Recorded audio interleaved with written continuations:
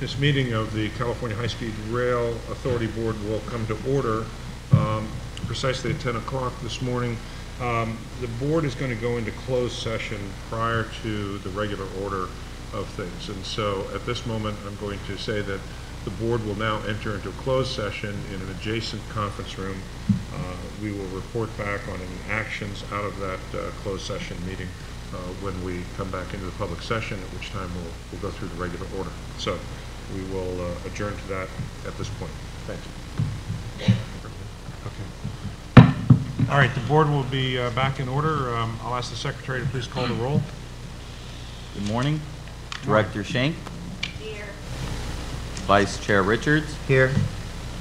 Director Rossi. Here. Director Curtin. Here.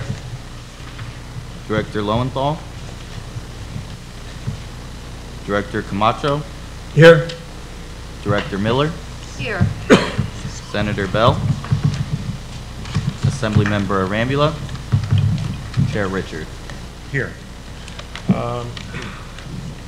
Director Miller, will you lead us in the Pledge of Allegiance? Sure. Please stand, everyone.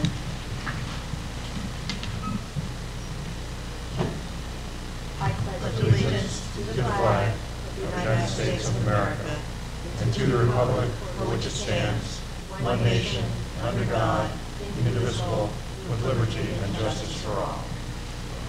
Thank you. We'll open our meeting now. First of all, let me just say that the board did meet in closed session. There were no action items that came out of that to report.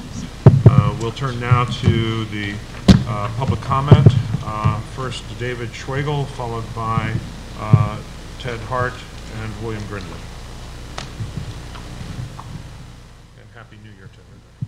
Yes. Happy New Year to you as well. Greetings, everyone. David Schwagel, Greater Sacramento Economic Council. Happy New Year. Welcome to Sacramento. And please be sure to visit Gavin Newsom. Wish him season's greetings, because I'm sure we can all agree it's always high-speed rail season. Maybe he'll be inspired to allocate some of the billions in surplus to finish Valley to Valley and Merced to Sacramento. Maybe he'll even throw a big benefit concert at the Golden One Center to raise funds to get over the Tehachapi's into the Los Angeles Basin. And who knows, maybe there will even be enough money to send all those public commenters in Burbank to every single high-speed rail conference between now and the Olympics.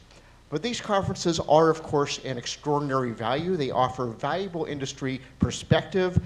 The U.S. High-Speed Rail Association reminds me that they are all about very efficient construction. I met Dow Constantine at the most recent conference. He talked about how the greater Seattle area raised $54 billion on sound transit and was able to make light rail work across the floating bridge, the first of its kind ever in the world.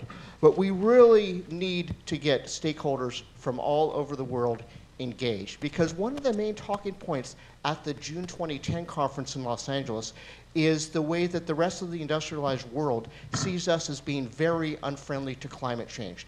And the way we can turn that perception around very quickly is if we're able to work with all these other agencies throughout the Pacific Southwest to get high-speed rail down to the Los Angeles Basin in time for the Olympics. Because when you think about it, Tokyo 2020, 2024 in Paris, those are both major high-speed rail hubs, and we really need to bring as many stakeholders, experts from around the world to figure out how we're going to fulfill this vision for the U.S.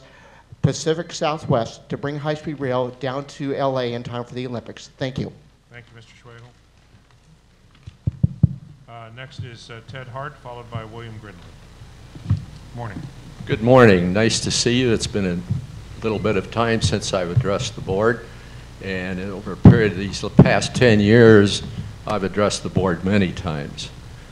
This morning, Dan, I would ask that my time be given to William Grindley.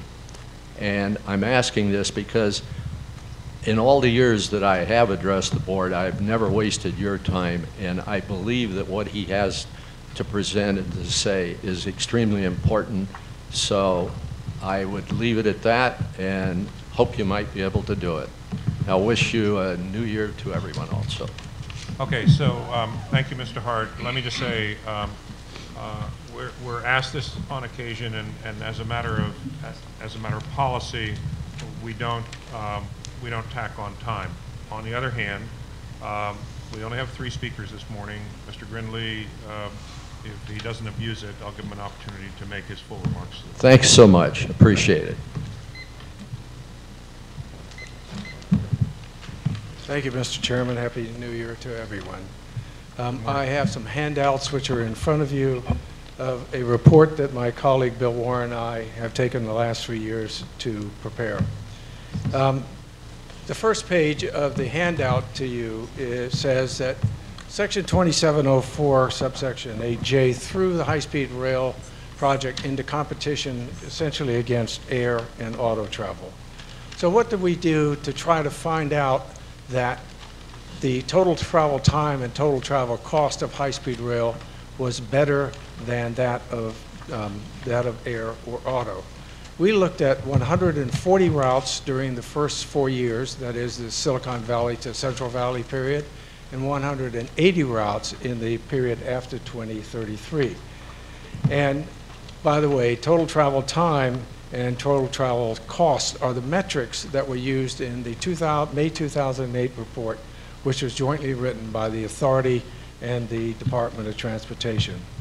Go to page 2 and you will see what just 10 of those 36 columns of Excel look like. 10 times 37 is 370 calculations or data inputs per route, adds up to about 12,800 cells. Go to page 3, please. What were our strategic findings? In business, and you're going to be in competition, you figure out what's going on first with your major markets. Now, let's look at what we found between the 2 largest markets, LA and San Francisco, and we found that, yes, high-speed rail wins one of the routes between those, that is between Gilroy and Palmdale. Therefore, the rest of them go to aircraft, because why? Aircraft fly a lot faster than high-speed rail does. Secondly, high-speed rail won no routes between San Diego and San Francisco, the 2nd and 3rd largest markets, because San Diego is 600 miles away, and you have no proposal in your 2018 plan to serve any distance between downtown or even part of the LA metro area and San Diego. But somehow the plan claimed 2,800,000 riders in the 2008 plan. Go to page 4. Second strategic finding is that the authorities' planners shot themselves in the foot by making a rider to or from this city, from Sacramento, take a bus ride in the first 4 years of their operation of 4 hours. In the time from 2033 onward through the planned period of 2040, you only take a bus ride of 3 hours and 20 minutes. Now, that really destroys the competitiveness on the total travel time basis, and anyone who's lived in the Bay Area knows you can drive from Sacramento to downtown or to San Jose in less than 2 hours. If you take a high-speed rail train, 3 hours and 20 minutes to Merced, even in a good time, it takes you nearly 5 hours to get to San Jose. It takes longer to get to San Francisco. That adds up to a lot of people that you're going to lose. The 5th slide is neither the present link of high-speed rail between the Central Valley or San Joaquin Valley and Silicon Valley really makes much sense. On the one hand, the high-speed rail only link is going to cost the rider something between $26,000 and $28,000 per year of a round-trip daily commute for 200 days. You do win 50% of those routes, or less than 50, 47% of those routes on that link on basis of time. But cost seems to be a very, very excruciating factor, and unless that's subsidized by the state or their employers, I don't think you're going to attract many riders. Recently, the idea has been floated. Am I doing okay, Chairman? Yeah, if I could ask you. Sure. if I could ask you to get to your last slide and your conclusion, and Yep. then I'll comment about what Great. we'll do with this information. Thank you. All right. There was an idea floated in the Los Angeles Times the week before last about running the Altamont Corridor Express to Merced and connecting the high-speed rail system at that. We don't know where the idea came from. But we did a time analysis, total travel time analysis, and going from Merced to San Jose will take 9 hours daily. Going from Fresno to San Jose, that round trip will be 10 hours and 20 minutes. Via ACE train. ACE Ultima. Okay, ACE, well, Fresno, you have to ride high-speed rail up, blah, blah. Okay, gotcha. Now, conclusion, what did we find? First page. When you sort out all of those numbers, and they are in the big report for which you have a bound copy, you find the astounding, and it astounded us, that only 1 in 5 forecasted riders from your 2018 plan are likely to show up because high-speed rail will not be faster than auto or air on all those other routes, and auto is always cheaper. Auto is always cheaper. All of that is using your numbers from your 2018 plan and from your 2008 plan documents onward. Thank you very much. Thank you, Mr. Grinley. Look, It's a lot. obviously, you've done a lot of work here, and let me just assure you, we will ask our staff to do an analysis of this, and I know at least one board member who will probably thoroughly want to get into the details. Thank you. We are willing to sit down and go through our empirically driven database model, all right, and show you where we made assumptions that tilted in favor of the authority, all right, and how we got there. And, you know, we all make errors. We're happy to admit there may be some errors in there. But when we found that 17% was the number, we could make a lot of errors. And you're not going to produce a lot of revenue, even if we made a lot of errors. Thank you very much. Good day. Thank you, Mr. Grinley. Mr. Hart, thank you. Those are the only requests I had for speaking today. And so with that, the public comment session is closed. We'll proceed to our regular agenda as soon as I can board materials out. And so the one thing that I never forget is to consider the adopting of minutes from the last meeting. It is moved by Director Rossi, seconded by Director Camacho. Will Secretary please call the roll? Director Schenk, Yes. Vice Chair Richards, Yes. Director Rossi, Yes. Director Curtin, Director Camacho, Yes. Director Miller, Yes. Chair Richard. Yes. Before I turn to item 2, let me just say that I've asked the staff to pull item 3 off the agenda. We'll be doing that next month to have the 2019 forward look. So item 2 is a status update on the High-Speed Rail Authority's implementation of the California State Auditor's recommendations. I'm going to turn to the chair of our Finance and Audit Committee, Director Rossi, to introduce this matter. And Mr. Rossi, please proceed.